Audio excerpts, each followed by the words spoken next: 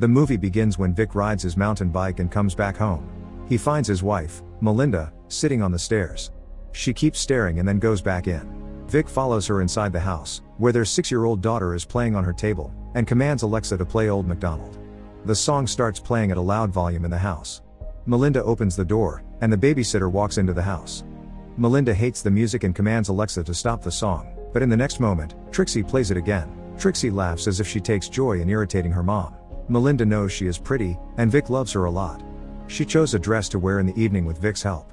Afterward, Vic suggests the shoes he bought for her and helps her wear them with love. They reach the party that night after leaving their daughter with a babysitter. Melinda has been a headstrong and defiant girl since her childhood. Hence, she dropped out of school many times. Therefore, she does not want to force her daughter Trixie into this education system and tells everyone at the party that she will give her the freedom to choose the school she likes. Vic goes to the bar when he sees his wife getting excited about the arrival of her friend Joel. Vic suddenly lost interest in anything else and kept following them both. Melinda and Joel join others on the poolside and begin dancing. After some time, they kiss each other. Vic keeps staring at them. Melinda gets aside when she watches that Vic is looking at them. Vic goes down the stairs and sits with his friend Mary. She told him that Melinda insisted the party host call Joel, too. She is getting too close to Joel. There are rumors among friends that they are having an affair. Vic acts as if nothing is true, but he knows something is cooking between them. Suddenly, the party host asks him to come as Melinda stands on his piano. As Vic enters the piano room, Melinda gets down from the piano and plays the song. She sings in Italian while playing the piano beautifully. Everyone claps, and Joel keeps looking at her with a broad smile. After the song ends, Joel joins Vic to thank him for welcoming him into the town. Also, he admires how Vic does not mind that his wife meets male friends. Vic explains to him that there was a guy named Martin. He was too close to his wife and went missing after some time. Joel does not understand what this means. But Vic tells him clearly that he murdered that guy. Joel immediately looks terrified and leaves the party. Melinda tries to stop him, but he does not listen. On their way home, Melinda asks Vic what he said to Joel. She saw them talking and was sure that Vic had made him run from the party. She does not believe what he denies. They reach home, and Vic pays the nanny for the service. Then they go to the bedroom, where Vic explains why he dislikes Joel. He hates his no-brainer friends. Melinda gets offended and tells him to sleep out of the room. The next day, Vic makes breakfast for Melinda and Trixie. He watches Trixie play with a scientific toy. Melinda taunts that she will make bombs like Vic, but he made the chip for the drones, and Trixie knows that. Afterward, Vic drops Trixie off at her school. They enjoy music in this way. As he walks towards the car after dropping Trixie off at school, he meets a friend who tells him that there is gossip that he killed Melinda's close friend. She knows Vic spread the story to keep the boy away from Melinda. Afterward, he meets his friends, who warn him that what Melinda does in front of everyone and cheats on him is abnormal. The news of him killing Melinda's friend reaches her. She is so angry and cries for keeping her away from her friends the whole time. She orders him to apologize to Joel. Joel appeared at the time they invited him. He hesitates to join Vic in the house alone, but he is relieved to see Melinda around. He shares that he will no longer live here as he has a new job offer from Mexico. They talk about how the place where Joel will live is pretty. But when Melinda asked they would come and visit him too, Joel hesitated. He is unsure if he can afford a place big enough to invite friends. When Melinda gets the grilled cheese from Joel's plate, Joel taunts her for getting the things that carry no value. She has the taste buds of a little kid. Melinda gets so angry at his comments. She asks Trixie to go to bed while her dad tells her the stories. She wants Vic to stay in the bedroom with Trixie. Vic guesses he has to do what she wants. After Trixie goes to school, Vic comes down the stairs, where Joel and Melissa dance with each other. Vic repeats his words that he killed Melinda's friend, who was too intimate with her, and tells Joel that his Uber ride is here.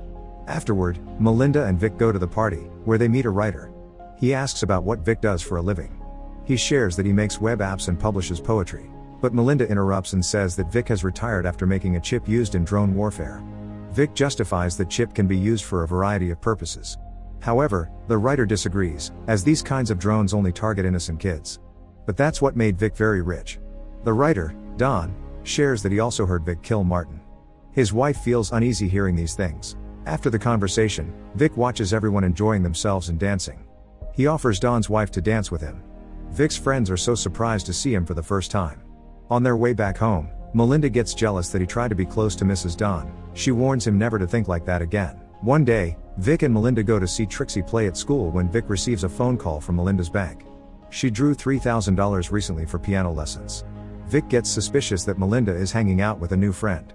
Hence, he returns to his studio and calls the various restaurants to find out if someone plays piano in the evenings. He finally finds the man named Charlie and goes to see him. Soon, Melinda arrives there and sits at a distance from Charlie. She looks at him with love. Vic returns home, where Trixie plays with the nanny while he finds Melinda's wedding ring in the washroom. She does not want to look married. She returns late that night, so drunk. The next day, Trixie Vic was in the car, and her mom had been behaving oddly lately. But Vic stops her from saying this and sees Charlie walking on the road with flowers. That same evening, he found those flowers on their table. Vic meets his friend at the same restaurant where Charlie plays piano. Recently, police found Martin shot dead in his home. Vic's friend does not suspect that Vic can be a killer. He says that it is relieving that no one would now accuse him of being his murderer. At the same time, Charlie passes by, and Vic shares that Melinda has been getting piano lessons from him. His friend knows from the grief on Vic's face that Melinda is now involved in an extramarital affair with this guy.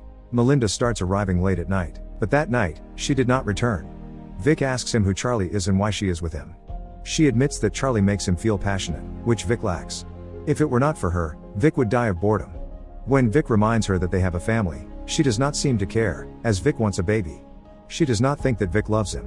They go to the party at their friend's house, where Melinda has invited Charlie. When he arrives, she excitedly introduces Charlie to everyone else.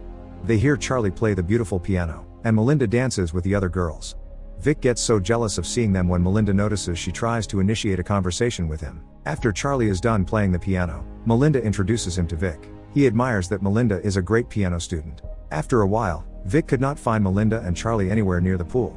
Finally, he sees both of them leaving a room silently, as they want to hide it. Then, they jump into the pool, where many friends are already enjoying themselves. Vic keeps staring at them, getting intimate with sheer sadness. After a while, rain began, and everyone went inside the house. Vic keeps sitting in the pool while Don sees him from the balcony. Everyone eats a few cookies when suddenly Charlie's corpse floats over the water's surface. Melinda goes out of the house to find him and screams after seeing his body for help. Vic and his friend gave Charlie CPR, but he was already dead. They call the police and find that Vic was the last person in the pool with Charlie. Melinda tells the police to investigate her husband, as she knows he killed him. Don also suspects that and tells the police he wants to talk with them alone. Vic gets back home with Melinda and asks if she wants a divorce, because now she thinks he is a murderer and might be afraid of him. She says she is not scared, as Vic did that for her. Vic runs his bike on the road and remembers how he drowned Charlie in the pool. After a while, he notices a car following him.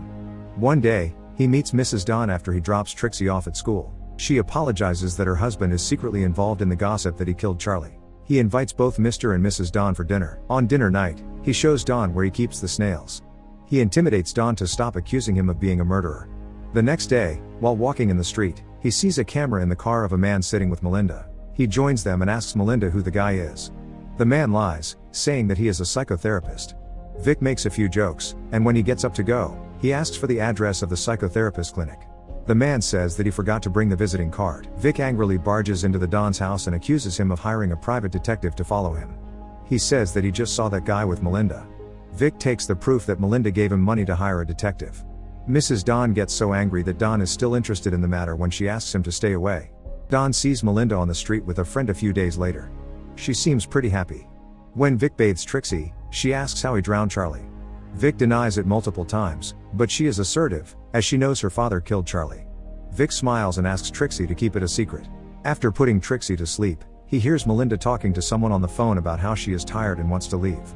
They plan on moving to Brazil. Melinda tells her friend on the phone that Trixie will also settle down in the new environment. Vic asks Melinda who Tony is, but she does not want to talk. Tony comes to their home and finds Vic in the shed of snails. He admires his snail lab, and Vic brings him inside the house. Tony tells him about his sustainable housing business. In the meantime, Melinda comes.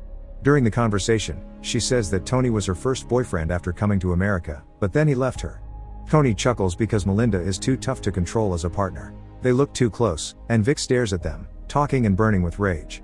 Tony wants to assess a few snails in the food, but Vic refuses by telling him that non-starving snails put a man to death.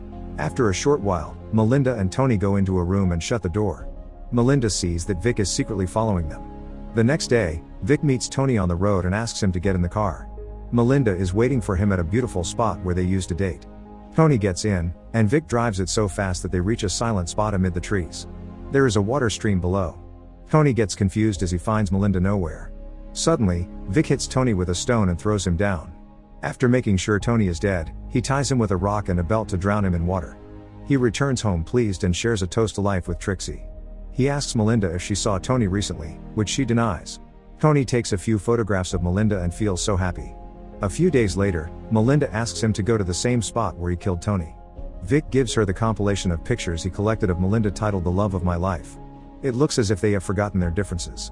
Suddenly, Vic notices that Tony's corpse is floating on the water. Melinda tells him that she forgot her scare there. Vic promises to bring it tomorrow. After they return, Melinda asks him to sleep in her room. He is so happy that Melinda is finally getting closer again. The next day, Vic races his bike towards the spot to hide Tony's corpse. On the other hand, Melinda gets into the snail shed as she cannot find Vic anywhere. She finds Tony's wallet in the water and understands what happened to him. At the same time, Vic gets a stick to hide the corpse in the water after carefully looking around. But he does not notice that Don is secretly looking at him. He asks Vic what he is doing, and suddenly, he places a floating hand on the surface of water. Don gets so terrified and runs towards his car. Vic follows him, wanting to reach him before he gets home. It's hard to reach Don while Vic is on the bike. But Vic takes a shortcut route to follow him. At the same time, Melinda packs the luggage to leave Vic's home. Don takes out his phone to tell Mrs. Don that what he suspected was true, and he will also write a murder mystery based on a true story. But the phone slips from his hand. On the other hand, Trixie throws the suitcase in the pool because she doesn't want to leave the house. Suddenly, Vic comes in front of his car from the shortcut route and falls on the road. Don changes the car's direction to save Vic, and his car gets out of control. It goes from between the trees and falls down the cliff inside the water. Vic knows that Don must be dead after the accident and quickly races the bike back home. He reaches home and finds Melinda sitting on the stairs. She tells him that she saw Tony and goes back inside the house. Vic looks at her with surprise. She burned Tony's wallet, indicating that she will forget what he has done and move on with their life as a family.